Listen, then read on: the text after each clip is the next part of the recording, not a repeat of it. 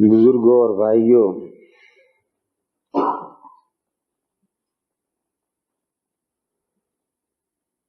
ہمارے حضرت مولانا میمون صاحب نے ابھی مجھ ناچیز کا تعارف کراتے ہوئے دارالعلوم دیوبند کا تذکرہ فرمایا تھا۔ حقیقت میں ہم لوگ تو نتھنگ ہیں، ناچیز ہیں، وہ کوئی قابل تعارف چیز نہیں ہے۔ اگر کوئی قابل تعارف چیز ہے تو وہ دارالعلوم دیوبند ہے۔ اس کا تعارف جتنا بھی کرایا جائے وہ کم ہے۔ اس کے تعارف سے امت کو اور ملت کو فائدہ پہنچے گا۔ ملت کا ربط اور تعلق دارالعلوم دیوبند سے جڑے گا تو اس سے دینی فوائد حاصل ہوں گے۔ حضرت مولانا نے یہ ارشاد فرمایا تھا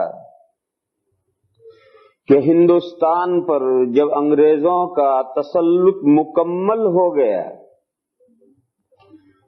اور مغل تاجداروں میں سے جو آخری شہنشاہ تھے بہادر شاہ ظفر، وہ گرفتار کر کے رنگون بھیج دیے گئے اور رنگون کے جیل خانے میں انہیں وہاں ڈال دیا گیا اور ان کی ساری اولاد کو دہلی میں قتل کر دیا گیا۔ خاندان کا کوئی فرد بچا نہیں، سب کو ختم کر دیا گیا اور یہ بڈھا بادشاہ اسے گرفتار کر کے رنگون بھیج دیا اور پورے ہندوستان پر انگریز کا تسلط اور قبضہ مکمل ہو گئے۔ انگریز ہندوستان میں اسی دن داخل نہیں ہوئے تھے۔ انگریز ہندوستان میں اس سے 200 سال پہلے ہندوستان میں پہنچے تھے۔ جس دن ان کا قبضہ مکمل ہوا ہے اس سے 200 سال پہلے سے انہوں نے ہندوستان میں اپنی ایکٹیویٹی شروع کر دی تھی اور مدراس کی جو کالونی انہوں نے حاصل کی تھی وہ عالمگیر رحمت اللہ علیہ کے باپ شاہ جہاں کے باپ جہانگیر سے حاصل کی تھی۔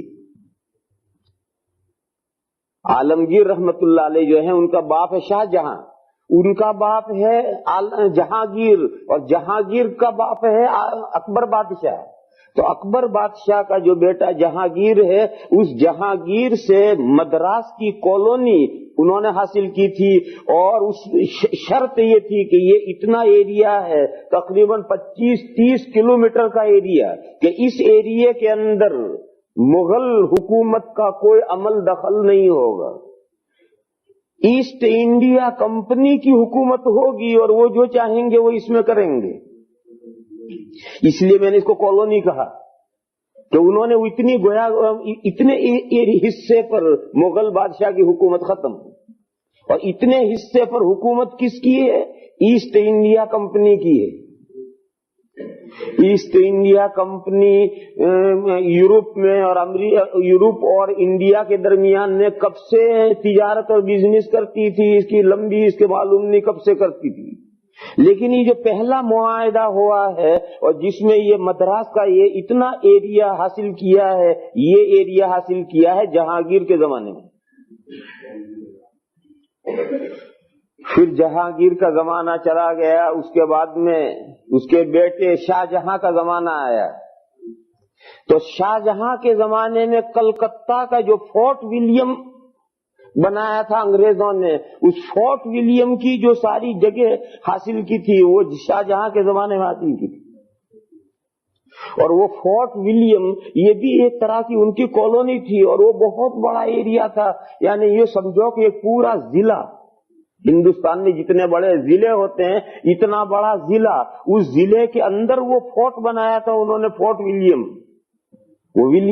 وہ شخص تھے اور انہوں نے وہاں قلعہ بنایا تھا اور ایک ضلع کی جتنی مسافت ہوتی ہے اتنی زمین اس کو الاٹ کر دی تھی، ایسٹ انڈیا کمپنی کو الاٹ کر دی تھی اور خطرہ یہ ہو چلا تھا کہ شاید یہ بہت جلد یہ مغل حکومت اس ایسٹ انڈیا کمپنی کے ہاتھوں بک جائے گی.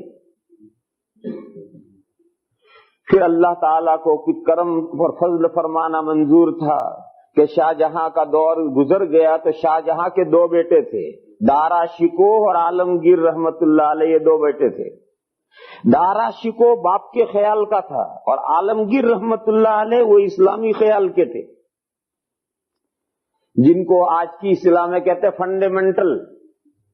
تو عالمگیر رحمت اللہ علیہ اسلامی خیالات کے تھے، فنڈامنٹل تھے، اور وہ جو دارا شکوہ تھا وہ باپ کے خیال کا تھا.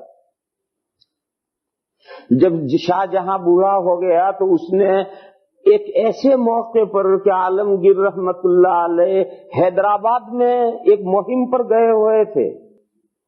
دلی سے حیدرآباد کی مسافت 1 مہینے کی تھی کہ یہاں سے وہاں تک 1 مہینے کی آمد و رفت تھی، 1 مہینے میں جاتے تھے. دلی سے چلیں گے تو 1 مہینے میں حیدرآباد پہنچیں گے، حیدرآباد سے چلیں گے 1 مہینے میں آئیں گے. تو عالمگیر رحمت اللہ علیہ وہاں حیدرآباد میں ایک مہم پر تھے اور یہاں باپ نے چپکے سے دارا شکوہ کو حکومت سونپ دی اور اپنے آپ کو بے تعلق کر دیے. تو باپ تو بہرحال بوڑھا ہو گیا تھا، پھر 2 بیٹے ہوں، ایک بیٹے کا یوں خیال ہو ایک بیٹے کا یوں خیال ہو تو باپ کچھ نہیں کر سکتا. لیکن وہ بیٹا جو دوسرے خیال کا تھا، جب ساری حکومت اس کے پاس چلی گئی تو صورتحال ساری بگڑنے کا خطرہ ہوا. تو باپ نے موقع دیکھ کر کے کہ عالمگیر وہاں حیدرآباد میں دکن میں مہم پر ہے، اس نے اچانک دارا شکوہ کو حکومت دی تھی. عالمگیر رحمت اللہ علیہ کو وہاں سے معلوم ہوا اور وہ اتنا تیزی کے ساتھ لشکر لے کے چلے کہ حیدرآباد سے 10 دن کے اندر دلی پہنچے. جو 1 مہینے کی مسافت ہے، رات دن سوئے ہی نہیں، چلتے ہی رہے، 10 دن کے اندر دلی پہنچے.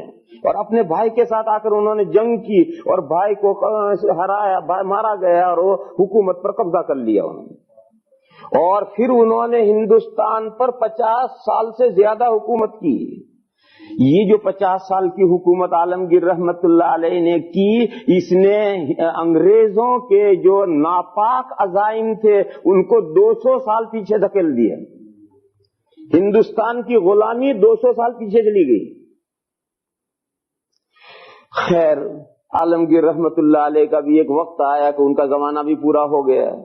پھر ان کے بعد ان کے بیٹے آنے شروع ہوئے، اولاد در اولاد، اور 100 سال کے اندر 13 بادشاہ ہیں. عالمگیر رحمت اللہ علیہ نے اکیلوں نے 50 سال سے زیادہ حکومت کی ہے اور یہ 100 سال کے اندر 13 بادشاہ ہیں. کوئی 2-4، کوئی 5 سال، کوئی 7 سال، کوئی 2 سال، کوئی 1.5 سال، اسی طرح فٹافٹ بادشاہتیں بدلتی تھی. کیوں؟ وہ انگریزوں کی ریشہ دوانیاں دربار تک پہنچ گئی تھی. عالمگیر رحمت اللہ علیہ کے بعد میں شاہ عالم ثانی کے زمانے میں مغل گورنمنٹ اور ایسٹ انڈیا کمپنی کے درمیان میں ایک پیکٹ ہوا، معاہدہ ہوا. معاہدہ کیا ہوا؟ زمین خدا کی، الارض للہ، زمین خدا کی، ملک بادشاہ سلامت کا، اور آرڈر کمپنی بہادر کا. یہ شاہ عالم ثانی کے زمانے میں پیکٹ ہوا ہے کہ پورے ہندوستان سے اب 5 ملک بن گئے ہیں. اس ہندوستان کے آج 5 ملک بن گئے ہیں: پاکستان، انڈیا، بنگلہ دیش، نیپال، برما اور تبت. یہ اتنے سارے ٹکڑے ہو کر کے الگ الگ ہوئے ہیں. یہ سارا ایک ہندوستان تھا. اس پورے ہندوستان کی زمین کس کی؟ زمین اللہ کی. اور گورنمنٹ کس کی؟ گورنمنٹ بادشاہ سلامت کی، یعنی مغل بادشاہوں کی. اور اس پورے ہندوستان میں آرڈر کس کا چلے گا؟ آرڈر چلے گا کمپنی بہادر کا. یہ جب پیکٹ ہوا دلی کے لال قلعے میں بیٹھ کر، یہ وہ دور تھا جب ہندوستان کے جو بہت بڑے عالم ہیں حضرت شاہ ولی اللہ صاحب محدث دہلوی رحمت اللہ علیہ، ان کا زمانہ گزر چکا تھا. اور ان کے بعد ان کے لڑکے شاہ عبد العزیز رحمت اللہ علیہ کا زمانہ تھا. شاہ عبد العزیز رحمت اللہ علیہ کے زمانے میں یہ پیکٹ ہوا کمپنی کے ساتھ اور مغل بادشاہوں کے ساتھ، دلی کے لال قلعے میں بیٹھ کر کے یہ معاہدہ ہوا. جب یہ معاہدہ ہوا تو سب سے پہلے شاہ عبد العزیز رحمت اللہ علیہ نے یہ فتویٰ دیا کہ ہندوستان دار الحرب ہے. ہندوستان کے دار الحرب ہونے کا فتویٰ سب سے پہلے حضرت شاہ عبد العزیز صاحب رحمت اللہ علیہ نے دیا ہے، جبکہ پورے ہندوستان پر مغل حکومت قائم تھی. مگر اس حکومت کا کیا فائدہ؟ وہ مغل حکومت صرف لال قلعے کے اندر تھی.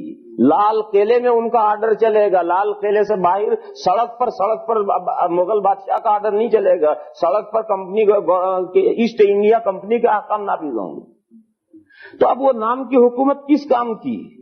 تو چاہے وہ ہندوستان میں مغل بادشاہوں کی حکومت تھی، مگر آرڈر سارا کا سارا چل رہا تھا انگریزوں کا. تو حضرت شاہ عبد العزیز صاحب رحمت اللہ علیہ نے سب سے پہلے فتویٰ دیا کہ ہندوستان دار الحرب ہے. حضرت کا یہ فتویٰ چھپا ہوا آج بھی موجود ہے.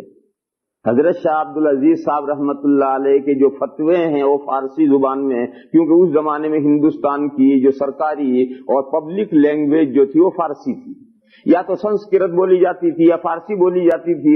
ابھی ہندی اور اردو وجود میں نہیں آئے تھے. تو حضرت کے فتاوی فارسی میں ہیں، اور حضرت شاہ عبد العزیز صاحب کے فتاوی کے جو مجموعہ چھپا ہے اس کا نام ہے فتاوی عزیزی، اور یہ 2 والیوم میں چھپا ہوا ہے، 2 جلدوں میں یہ فتاوی چھپے ہوئے ہیں. تو یہ جو فتاوی عزیزی چھپا ہوا ہے اس میں یہ فتویٰ آج بھی موجود ہے کہ ہندوستان دار الحرب ہے.